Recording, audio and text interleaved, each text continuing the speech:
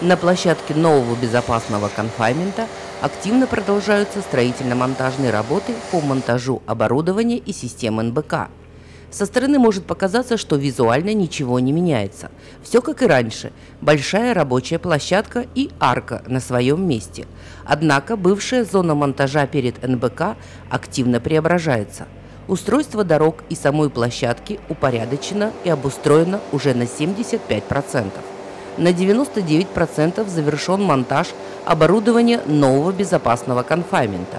Согласно графика, проводятся испытания и ввод в эксплуатацию невероятного количества оборудования и систем НБК. Подробнее о работах, которые ведутся на площадке нового безопасного конфайнмента, рассказывает ведущий инженер ЦУ НБК Артем Серый. В ходе испытаний выдаются замечания, выявляются и выдаются, направляются подрядчику, которые он устраняет и предъявляет повторно представителям заказчика и ГУП. Также ведутся индивидуальные испытания по системам, начаты. Так выполнено 15 таких индивидуальных испытаний систем из запланированных 93. По комплексным испытаниям выполнено только одно испытание из 27 запланированных. С 17 по 27 августа персонал СП «Наварка» и ГСП ЧС проводил исследование систем работы вентиляции основного объема и кольцевого пространства нового безопасного конфайнмента в разных режимах эксплуатации. Цель испытаний – подтверждение проектных параметров и характеристик вент-системы, а также подтверждение герметичности арки, которая достигается разностью давления в подарочном и кольцевом пространстве. Основной особенностью исследований стало перенаправление воздухопотока из объекта укрытия в вентиляционную трубу НБК. При выполнении испытаний существовал риск повышенного выброса радиоактивных веществ в окружающую среду из-за подъема при включении системы вентиляции НБК радиоактивной пыли, которая образовалась в процессе выполнения строительных работ в виде отложений на наружных поверхностях объекта укрытия и металлических конструкциях пространства под аркой. Более подробно о том, как проходили эти масштабные испытания, в комментариях Артема Серого. В этих исследованиях были задействованы системы вентиляции деараторной этажерки объекта укрытия. В рамках проекта для возможности функционирования приточной вентиляции объекта укрытия была выполнена реконструкция вводных решеток системы вентиляции и подключение к ним системы вентиляции НБК, специально созданной для реализации данного решения. Была проложена ветка ИНД-35, которая находится за моей спиной, и подключена к входным воздуховодам приточной вентиляции деараторной этажерки. В ходе исследования режима вентиляции полагалось задействование и вентиляции объекта укрытия. В частности, перевод в нерегламентное состояние системы вытяжной вентиляции и газоочистки 4Б ВВВ-1, в которой перекрывался байпас выброса НВТ на период выполнения вентиляции. И выброс из подарочного пространства, из основного объема, велся в штатном режиме НБК через вент-трубу НБК. Так было проведено 3 этапа из 6 запланированных по исследованию режимов вентиляции. На первом этапе, который начался 20.08, включались вентиляторы, определялись точки протечки через анкера герметизации, ограждающие конструкции, деараторной этажерки, марш-зала, двери и прочее в ограждающем контуре. Все герметичные двери и проходки были закрыты. Отключена подача воздуха в деараторную этажерку, отключены вытяжные системы деараторной этажерки.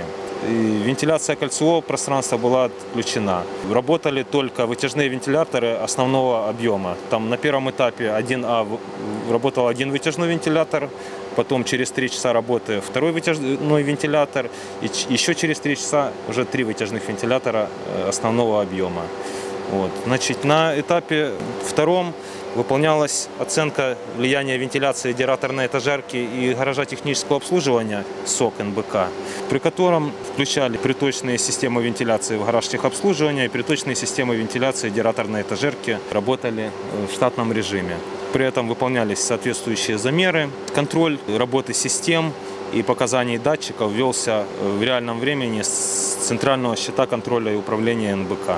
На третьем этапе выполнялась оценка влияния системы вентиляции кольцевого пространства на разрежение в основном объеме арки.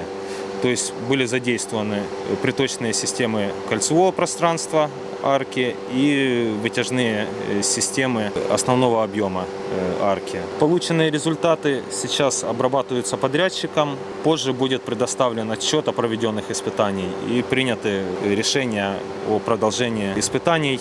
Следующих 3 этапа, 4, 5, 6, либо выполнение каких-то корректирующих действий. Значит, ориентировочные даты и время проведения 4, 5, 6 этапов – это начало октября месяца. На этапе исследований работы системы вентиляции радиационный контроль выбросов радиоактивных веществ в окружающую среду через вентиляционную трубу НБК осуществляется персоналом цеха радиационной безопасности ГСП ЧС и службой СП «Наварка». Кроме стандартного контроля проводится дополнительный радиационный мониторинг окружающей среды, как в пространстве под аркой, так и на территории промплощадки ЧС и за ее пределами. Необходимо подчеркнуть, что испытания вентиляционной системы проходят по плотному графику, практически круглосуточно. 10.08.2018 года было получено уведомление от Наварки о том, что Наварка планирует задействовать персонал, участвующий в испытаниях, с 8 до 20:00 ежедневно, а также возможны выходы в ночное время. В связи с этим ГСП ЧС был подготовлен ряд приказов о привлечении персонала ГСП ЧС к испытаниям системы оборудования НБК в ночное время и праздничные дни, выходные праздничные дни, а также в сверхурочные работы. Персонал подразделений ЧС, таких как ЦУНБК, Электросех, ЦТАИ, ЦРД, ОВН, ЦРБ, РМЦ, принимают участие в таких испытаниях, которые проводятся и в выходные дни, и в сверхурочное рабочее время. По результатам радиационного контроля при испытаниях вентиляционной системы превышения контрольных уровней зафиксировано не было. По сравнению с результатами контроля до начала проведения испытаний и после, на территории промплощадки ЧС и за ее пределами ухудшение радиационной обстановки не зафиксировано.